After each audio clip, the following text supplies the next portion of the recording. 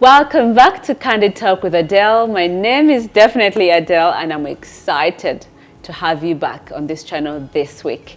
I want to appreciate everyone that took time to watch, to like the previous episodes. I'm humbled. Thank you so much. Please, if you're new, go ahead and subscribe, like, and if possible, leave a comment because all those things keep us going and keep me motivated, myself and my team. So thank you so much and I look forward to always having you on this channel. Remember, we are all about growth and accountability, and that is what we are talking about. This whole month we've been talking about growth, change, accountability, and today we are talking emergency funds. Do you know what those are about? So let's get started.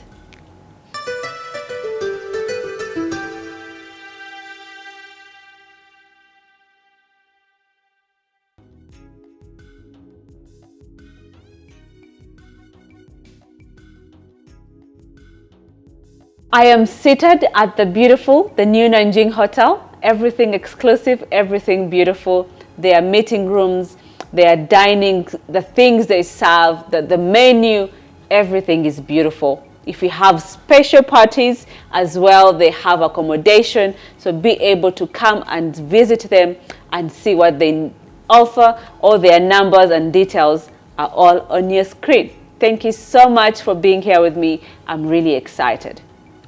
Let's talk about emergency funds. This year, I want you to join me in this exercise I am undertaking. I'm doing a very interesting exercise and we're going to do some math later on. I am building an emergency fund and I've given myself this task, and I want you, my listeners, my viewers, my audience, if you can, join me and we build emergency funds. What's an emergency fund? That's the money that you put aside to help you in those rainy days, in days of financial crisis. When you can't raise that money, there's always something to save your day the next day. The unexpected can happen. For example, you can get sick. The chronic sickness that can really dry you up. I remember in some of the episodes before, if you're new here, we talked about non-communicable diseases that can cripple your growth, literally cripple your growth. So those diseases will need you to have an emergency fund that can help you sustain your lifestyle for at least a period of time. Then there is also loss of employment. We know that in this recession, we've had unfortunate losses of employment, so many, and it is quite unfortunate. And you find that the period it takes you to get a new job is between 3 to 6, sometimes a full year. So the question then comes back to you as an individual that wants to grow, that wants to be in an accountable space, that wants to be transparent. How are you going to sustain that lifestyle if you don't have a backup? So the emergency fund is a backup. Let's make this clear as well. An emergency fund is not an investment. An emergency fund is an insurance to protect you as an individual, but also to protect your property. What do I mean when I say to protect your property? If you lose your job right now and you've been living a lifestyle of, say, you're spending 1.5 million every month. If you've been spending 1.5 every month, we're going to do math together here. If you've been spending 1.5 million every month to sustain yourself and sustain your family, let's see, if you don't get a job in 6 months, you need 9 million shillings to do that. So how does this protect your property? If you don't have anything like an emergency fund, that will mean that you will have to sell off a property to sustain your lifestyle. So you're losing property. At the same time, that money does not do much because it is money you're going to consume and yet there is no replacement for it. So an emergency fund is not an investment. It is an insurance to protect you, your mindset, your well-being, but also your property. So I gave myself an assignment, which I want you to join me on. I am building an emergency fund this 2023 into 2024, but I want you to join me on this journey and we get accountable together. So when we talk about emergency funds, they all fall into financial planning because it's also a tool that is used into the financial planning process. If you want to be financially stable, if you want to be financially secure, those are some things a financial advisor would tell you to have, an emergency fund. But also it's that side money that you set aside that will save your day. So how do you then set up that emergency fund? I want us to go through these steps together so that you and I start now. I am so late, I must say. I've been reading, I've been watching and hearing, but I've been reluctant. And for some reason, a few things happened in my life in the previous month, and I said, okay, I think this is the time. So let's build an emergency fund. Where do we start from? We have to start now. Now. We are so late. If you have it already, thank God. If you don't, like me, we have to start now. Right now. An emergency fund, first of all, should be able to cover a period of about, if it's a short time, 3 months, but usually the recommended time is 6 months to 1 year. In that, if you don't have a job for 1 year, you're able to live your lifestyle the same way you are living it before for 1 good year. Can you imagine? 1 good year.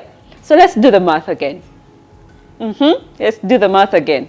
So we gave ourselves a benchmark of 1.5 million shillings. That could be on a lower end for some or for most, because average rent in this country is about 800,000. 500, 800,000. And if you put living expenses and you put school fees, that could take you to about 1.5 to 2 million shillings. I'm talking about an average family. So let's use 1.5 still. 1.5 million shillings on a monthly basis. You multiply that by 12 months, which is a year. Then that takes us to 18 million shillings. It means that your emergency fund should have a minimum of 18 million shillings. Only then can you know that you're secure for a period of 1 good year. Most of us are saying, okay, I don't earn that much. How am I going to save that money? How do I put it together? There are different things we're going to look at. If you don't earn as much, or if you can't raise that, every money you get goes into expenses, then you need to watch our first episode on Candid Talk with Adelle. Getting a side income would be the first priority. The priority will not be an emergency fund. It will be getting a side income so that you can increase your income and be able to save for an emergency fund. Okay, if you're not in that category, then we go back to our 18 million shillings a month using a benchmark of 1.5 million shillings. Now, 18 million shillings, like, oh my God, that's a lot of money. How do I ensure I have that now? Now, that is setting a target. By saying you want 18 million shillings, one way of building a fund is to set a target. So I'm looking for 18 million shillings this year so that I know that I'm secure if the unfortunate happens. There is a saying that says, or a quote, that there is always something coming in every month. There is always a problem coming. You have to stay prepared. How do we get prepared? By building that emergency fund. So we have set our target of 18 million shillings. Oh God, it is so high. So then we go back to the basics. You can start small. Just like I'm going to start small, you can also start small. What do? You divide it. You get the 18 million shillings and say, how long can I take to save for this money. For example, if it's 18 million shillings, if you to divide it, say I'm going to take 2 years, those are 24 months. That means that every single month, you should set aside 750,000 for you to reach your emergency fund target of 18 million shillings in 2 years.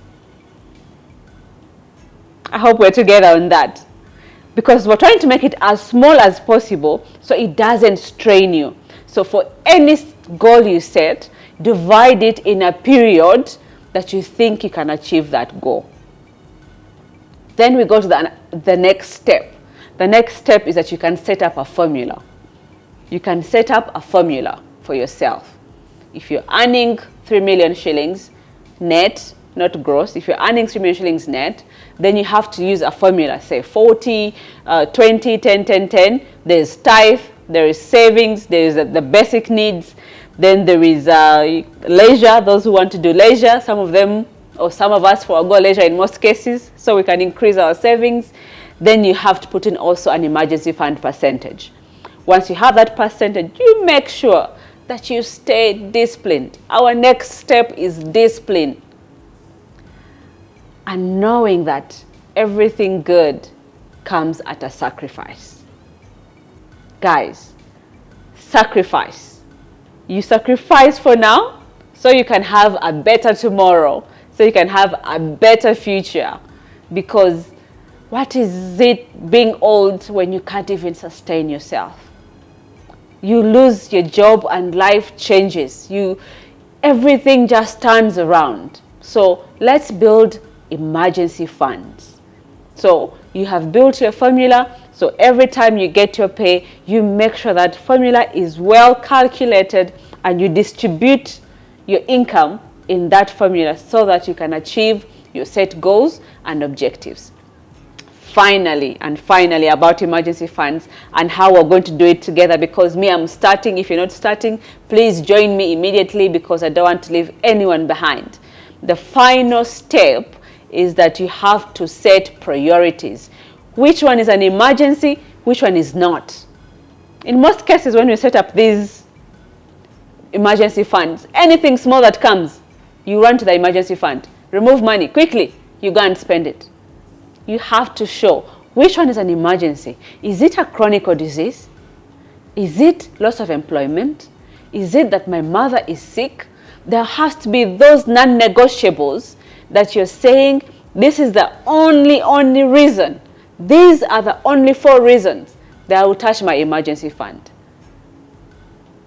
If you don't set those parameters, it is most likely that any small thing that happens in your life, you will run to the emergency fund.